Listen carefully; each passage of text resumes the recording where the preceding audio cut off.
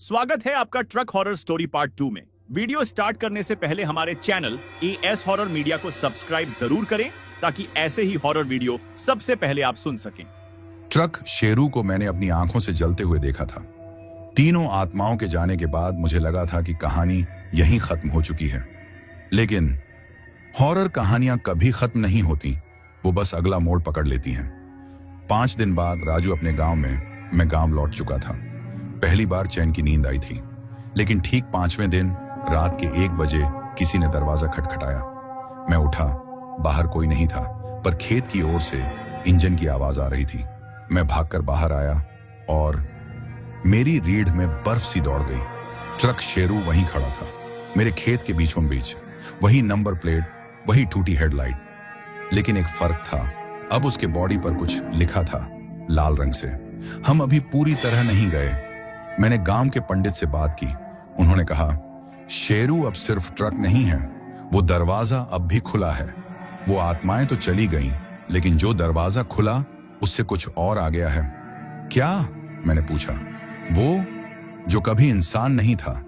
अगली रात ट्रक की जांच। मैंने हिम्मत करके पास जाने का फैसला किया। ट्रक बंद था, खिड़कियां जली हुई थीं, मगर शीशे पर कोई धुंधली आकृति दिख रही थी। जैसे ही मैंने ड्राइवर डोर खोला, एक तेज बदबू का झोंका आया, जैसे किसी पुराने कुएं से कफन में लिपटी सड़ती लाशें निकाली गई हों। डैशबोर्ड पर एक नोट रखा था, तेरा ट्रक अब मेरा है, तू चलाना चाहे तो मेरी शर्त पर चलाना होगा। हर डिलीवरी एक शरीर की होगी, हर सवारी एक रूह की। नीचे दस्तखत था, मृत लोक का ब्रोकर कालदूत। मैंने सोच लिया, यह ट्रक अब नहीं चलेगा। मैंने ट्रक को जलाने की फिर कोशिश की। पेट्रोल डाला, माचिस जलाई, मगर आग ही नहीं लगी। पंडित ने कहा, अब यह सामान्य अग्नि से नहीं जलेगा। इसकी आत्मा को हरा नहीं सकते, बल्कि उसे सौदा करना पड़ेगा। अगली रात एक और घटना। मैं घर में सो रहा था, तभी खिड़की खुली। एक ठंडी हवा का झोंका अंदर आया और मेरी दीवार पर लिखा था, तू तो अच्छा ड्राइवर था, अब तू हमारे लिए चलाएगा। रात 12 बजे तैयार रहे। और अगले दिन ट्रक फिर गांव से बाहर निकल गया, बिना किसी ड्राइवर के। लोगों ने कहा, उस ट्रक में एक ड्राइवर दिखा था, जिसका चेहरा मेरी तरह था, लेकिन आंखें लाल थीं और उसकी गर्दन धीरे धीरे पीछे मुड़ती जा रही थी। अब समझ में आया, आत्माओं को हटाकर मैंने सिर्फ सफाई की थी, मगर दरवाजा खुला छोड़ दिया था। और अब कालदूत ने कब्जा कर लिया है। शेरू वापस आ गया था, लेकिन अब वो मेरा नहीं था। 1 हफ्ता बीत चुका था।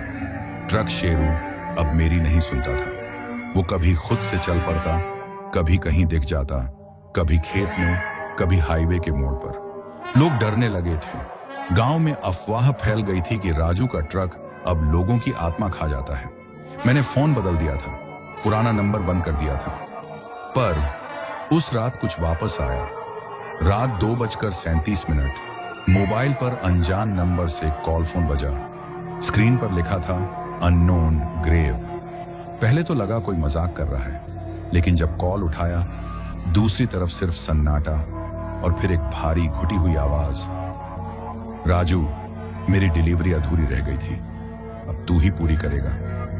कौन? मैंने घबरा कर पूछा। मोहम्मद अजीम, ट्रक ड्राइवर, जो 1984 में इसी हाईवे पर मरा था। मेरे ट्रक को पुल ने निगल लिया, मगर मेरा माल अब भी वहीं है। क्या चाहता है तू? तू मेरे ट्रक का रास्ता खोल चुका है, अब तू ही मेरा सफर पूरा करेगा। कब्र से उठकर सिर्फ तुझसे बात कर सकता हूं। सुबह पुराना सिम कार्ड चालू होता है अपने आप। मैंने वो सिम कार्ड कब का फेंक दिया था, मगर आज सुबह तकिया के नीचे पड़ा था, चालू हालत में। उसमें सिर्फ एक मैसेज था, लोकेशन पिन NH9, किलोमीटर 172 माल लोड है, 3 बॉडीज डेस्टिनेशन, कब्रिस्तान ए खामोश। मैं कांप उठा। शाम राजू उस जगह पहुंचता है। दिल में डर था, पर अब पीछे हटने का कोई रास्ता नहीं था। NH19 के उस लोकेशन पर पहुंचा। वहां कोई ट्रक नहीं था, लेकिन नीचे मिट्टी से ढंकी हुई एक पुरानी ट्रक की बॉडी दिखी। उस पर अब भी फेडेड पेंट से लिखा था, अजीम ट्रांसपोर्ट सिंस 980। तभी मोबाइल फिर बजा। ट्रक को खोल, अंदर मेरी आखिरी डिलीवरी है। मैंने जैसे तैसे दरवाजा खोला। अंदर 3 लोहे के बॉक्स थे, बेहद भारी, और हर बॉक्स पर एक नाम लिखा था, 1 रामशरण यादव, 2 रईस मियां, 3 अंजू शर्मा, तीनों 1984 में लापता घोषित हुए थे। और बॉक्स के ऊपर एक चिट्ठी थी, इनकी रूहें अधूरी रह गई थीं, तू इन्हें अंतिम जगह तक पहुंचा दे, वरना ये तेरे ट्रक में समा जाएंगी। रात कब्रिस्तान की ओर ट्रक चलाना। मैंने ट्रक उठाया, पुराना अजीम का ट्रक। जैसे ही इंजन स्टार्ट किया, अंदर से 3 अलग अलग सिसकियों की आवाजें आने लगी। ट्रक हल्का हल्का कांप रहा था। रास्ते में लोग साइड नहीं दे रहे थे, सब डर रहे थे, क्योंकि इस ट्रक के अंदर काली रोशनी फैल रही थी। एक जगह तो सामने से आता ट्रक खुद ब खुद रुक गया। ड्राइवर ने कहा, उस ट्रक की सीट पर 3 लोग बैठे थे, मगर कोई चेहरा नहीं था। आखिरकार कब्रिस्तान खामोश पहुंचा। मैंने बॉक्स नीचे रखे। जमीन खुद ब खुद फटने लगी। तीनों बॉक्स एक एक कर जमीन में समा गए और एक आवाज गूंजी, सफर मुकम्मल हुआ, अब तू आजाद है। लेकिन जैसे ही मैं पलटा, ट्रक फिर खुद स्टार्ट हो गया और इस बार उसकी फ्रंट विंडशील्ड पर लिखा था, अब तेरी डिलीवरी बची है। तो अब सफर शुरू होता है रात 1:30 कब्रिस्तान खामोश से।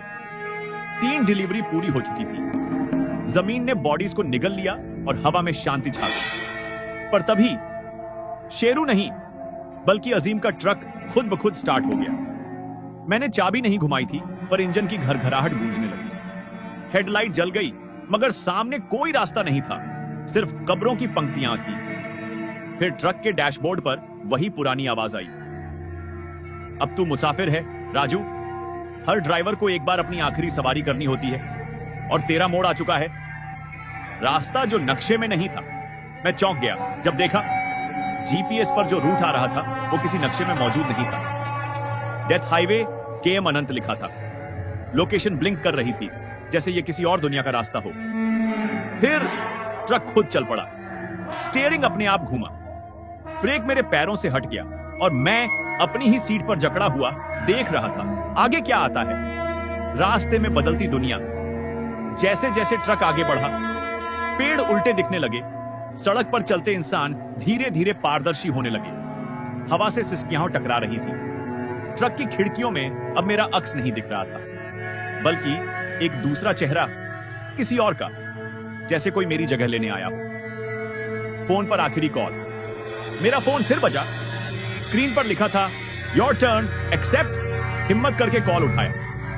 दूसरी तरफ एक शांत सी महिला की आवाज आई, राजू, तुम अब उस सफर पर हो जहां मंजिल एक चेहरा नहीं, एक साया है। हर ड्राइवर जिसने मौत की डिलीवरी पूरी की, वही एक रात इस रास्ते से गुजरता है। क्या मैं मरने वाला हूं? मैंने कांपती आवाज में पूछा। नहीं, मगर तुझे मरने वालों को पहुंचाना होगा। सड़क पर पहला रुकाव। ट्रक एक पुरानी चाय की दुकान के पास रुका। वहां एक छोटा बच्चा खड़ा था, फटे कपड़े, सर्द चेहरा, लेकिन उसकी आंखों में आग थी। बिना कुछ कहे वो चढ़ गया, मेरे बगल में बैठ गया। पूछा, कहां जाना है? बोला, जहां मेरी मां अब भी मेरी राह देख रही है, सपने में। हर पड़ाव एक रूट। हर कुछ किलोमीटर पर ट्रक रुकता और एक नई आत्मा सवार हो जाती। कोई झलकर मरा था, कोई डूबा, कोई बेगुनाह। हर एक की मंजिल एक सपना था, एक वादा या कोई अधूरी दुआ।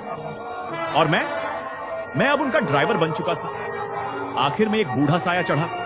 उसने कहा, राजू, जब सभी पहुंच जाएं, तो ट्रक खुद तुझे वहां ले जाएगा जहां तू तय करेगा तू रहना चाहता है या लौटना। मैंने पूछा, वापस ही संभव है? उसने बस मुस्कुरा कर कहा, सिर्फ एक बार, लेकिन कीमत लगेगी, तेरी यादें। सुबह की पहली किरण। ट्रक एक मोड़ पर पहुंचा। सामने 2 रास्ते थे। एक पर लिखा था, बच जाओ पर सब भूल जाओ। दूसरे पर, याद रखो पर यहीं रह जाओ। ट्रक रुका। अब फैसला मेरा था। ट्रक के सामने 2 रास्ते। मैं ट्रक में बैठा था। सामने 2 साइन बोर्ड चमक रहे थे। 1, बच जाओ पर सब भूल जाओ। 2, याद रखो पर यहीं रह जाओ। ट्रक अब नहीं चल रहा था। इंजन बंद था, लेकिन अंदर की घड़ी टिक टिक कर रही थी, जैसे फैसला लेने की उल्टी गिनती शुरू हो गई हो। मैंने पहला रास्ता चुना, बच जाओ पर सब भूल जाओ। फैसला लेने की कीमत। जैसे ही ट्रक मोड़ा, एक भयानक चीख फिजा में गूंजी। कांच फटने लगे, ट्रक कांप उठा और हर आत्मा की सिसकियां एक साथ गूंजने लगी। हमारी कहानियां मिटा दी, हमारे नाम भुला दिए। फिर सब शांत हो गया। अगली सुबह अपने घर पर मैं बिस्तर पर लेटा हुआ था। मुंह से झाग निकल रहा था। माँ और भाई परेशान खड़े थे। डॉक्टर बोला शायद किसी सदमे में था, मगर अब होश में आ रहा है। पर मुझे कुछ याद नहीं था। ना ट्रक, ना शेरू, ना अजीम, ना वो रातें। बस एक गहरी थकान और कुछ सपनों की झलकें, जैसे किसी और की जिंदगी जी ली हो। गांव के लोग अजीब व्यवहार करने लगे। मैं जब भी बाहर निकलता लोग दूर हट जाते, कुछ फुसफुसाते, वो वही है जिसके ट्रक ने आत्माएं उठाई थीं। कहते हैं अब उसकी याददाश्त नहीं रही, पर आंखों में अब भी मौत है। मैं डर गया। क्या हुआ था? क्यों सब मुझे अजीब देख रहे थे? फिर से अजीब कॉल्स आने लगे। फोन में सेव नंबर थे, रईस भाई, अंजू दी, बाबा ट्रक वाले, अननोन ग्रेव। मैं घबरा गया, सब डिलीट किया। लेकिन हर सुबह वे नंबर दोबारा आ जाते और एक बार तो कॉल उठाने पर सिर्फ एक ही वाक्य सुना, यादें तूने छोड़ी थी पर हम तुझे नहीं भूले। एक रात ट्रक फिर दिखाई दिया। मैं खेत की ओर जा रहा था कि अचानक देखा एक ट्रक खड़ा था, वही शेरू, मगर इस बार उसका रंग बदल गया था, कोलतार जैसा काला, और नंबर प्लेट पर लिखा था वॉइड 000। उसके सामने मेरी परछाई नहीं पड़ रही थी, बल्कि ट्रक की हेडलाइट में मैं दो बार दिख रहा था, एक मैं और एक बिना चेहरा वाला मैं। ट्रक के अंदर एक डायरी मिली। मैंने ट्रक के डैशबोर्ड को खोला। उसमें एक पुरानी डायरी रखी थी, काले रंग की, सड़ी हुई। हर पन्ने पर लिखा था राजू ने इसे वहां पहुंचाया, राजू ने हमें देखा, राजू ने सौदा किया। आखिरी पेज पर लिखा था अब उसकी यादें मिट चुकी हैं, पर उसकी आत्मा अब भी ड्राइविंग सीट पर है। आत्माओं का पीछा शुरू। अब हर रात मेरे सपनों में एक ट्रक आता है। मैं दौड़ता हूं, छिपता हूं, मगर जब भी पीछे मुड़कर देखता हूं, वो ट्रक मेरे दरवाजे के बाहर खड़ा होता है और उसमें से आवाज आती है हमारा ड्राइवर वापस आएगा। यादें मिट गईं, पर रास्ता अब भी याद है। दिन और रात में फर्क मिटने लगा। मुझे अब ठीक से समझ नहीं आ रहा था, मैं जाग रहा हूं या सो रहा हूं। घर के आईने में चेहरा कभी दिखता, कभी गायब हो जाता। दरवाजे बंद करता तो अंदर से दस्तकें आने लगती। नींद में किसी ने कान में फुसफुसाया अब तू ही है रास्ता, तेरी रगों में ही वो डिलीवरी बहती है। शेरू अब घर के पास आने लगा। वो ट्रक जो कभी मेरा साथी था, अब मेरा पीछा कर रहा था। हर रात 2:17 पर वो ट्रक मेरी गली से गुजरता। कोई हॉर्न नहीं, कोई रोशनी नहीं, बस इंजन की गूंज और मिट्टी उड़ती हुई। एक बार मैंने खिड़की से देखा, वो ट्रक नहीं चल रहा था, वो रेंग रहा था, जैसे जिंदा हो, जैसे रेंगती हुई आत्मा। गांव के बच्चे अचानक डरने लगे। एक दिन एक बच्चा मेरे पास आया, कांपता हुआ। राजू चाचा, आपकी परछाई सीढ़ियों से नीचे उतरते दिखती है, मगर आप तो छत पर ही खड़े थे। अब मैं भी डरने लगा। क्या मेरी रूह बढ़ चुकी थी? क्या कोई और अब मेरा हिस्सा चुरा रहा था? पुराना ट्रक का यार्ड फिर से वही आहटे। मैंने हिम्मत करके उस पुराने ट्रक यार्ड का रुख किया जहां शेरू आखिरी बार खड़ा था। जैसे ही मैं पहुंचा, हवा में एक जाना पहचाना डीजल की गंध फैली। फर्श पर कुछ लिखा था तू शिकार था शुरू से, बस खेल अब शुरू हुआ है। और तभी ट्रक का दरवाजा खुद से खुला। ट्रक के अंदर बदले हुए मीटर और आवाजें। मैं अंदर घुसा। स्पीडोमीटर का कांटा बिना सीमा पर अटका था। फ्यूल गेज पर लिखा था हन, जापानी में आत्मा, और रियर मिरर में सिर्फ कब्रिस्तान दिख रहा। तभी ट्रक के रेडियो से एक पुरानी आवाज उभरी, अजीम की आवाज। राजू, तू सोचता है तूने सौदा किया और बच गया, लेकिन असली सौदा तो तभी शुरू हुआ था जब तूने पहली बार मौत की सवारी उठाई थी। राजू की परछाई अलग हो जाती है। तभी मैंने देखा मेरी परछाई ट्रक की सीट से उठी और मुझे देखने लगी। फिर सीट पर बैठकर ट्रक चालू कर दी। मैं बाहर था, मेरा ही अक्सर ट्रक चला रहा था और धीरे धीरे ट्रक मुझसे दूर जा रहा था। रात घर लौटने पर सब कुछ बदल चुका था। मैंने जैसे तैसे खुद को घर पहुंचाया, पर मेरी मां ने दरवाजा नहीं खोला। अंदर से एक अजनबी आवाज आई, राजू, वो तो साल भर पहले मर गया था, तुम कौन हो? मैंने शीशे में देखा, मेरा चेहरा अब वैसा नहीं था। मैं अब राजू नहीं रहा, बस वो बची थी जो आत्माओं के काम आती है, एक ट्रांसपोर्टर। आखिरी लाइन, शिकारी अब शिकार है। अब जब भी कोई आत्मा भटकती है तो एक ट्रक उसकी गली में आता है। ड्राइवर कौन है किसी को नहीं पता, बस इतना मालूम है वो मुसाफिर जो कभी दूसरों को मंजिल तक छोड़ता था अब खुद को खोज रहा है। अनंत की शुरुआत। राजू अब वह नहीं रहा जो गांव वालों को दिखता था, अब वह उस ट्रक में था जो जीपीएस पर 0 km दिखाता था। यह क्या था? ना शुरू ना अंत, बस एक रास्ता जो गोल गोल घूमता और हर चक्कर में कुछ बदल जाता। रास्ता खुद से बनता है। राजू जैसे ही ट्रक चलाता सामने की सड़क खुद बनती चली जाती, बिल्कुल वैसी जैसी किसी आत्मा की यादों में छुपी हो।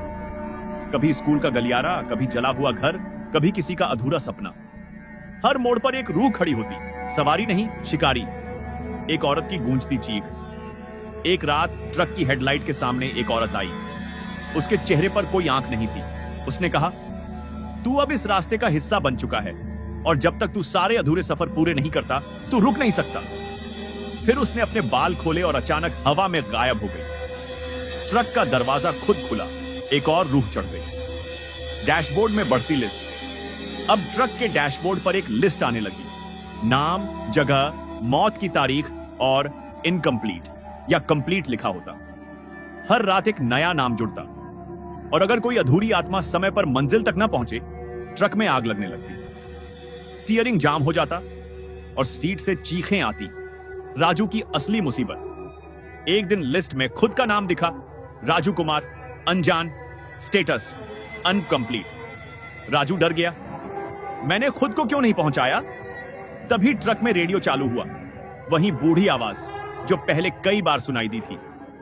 क्योंकि तू भागता रहा, सौदा किया, बचा, लेकिन खुद से कब तक बचेगा? 0 किलोमीटर, वही मोड़, बार बार।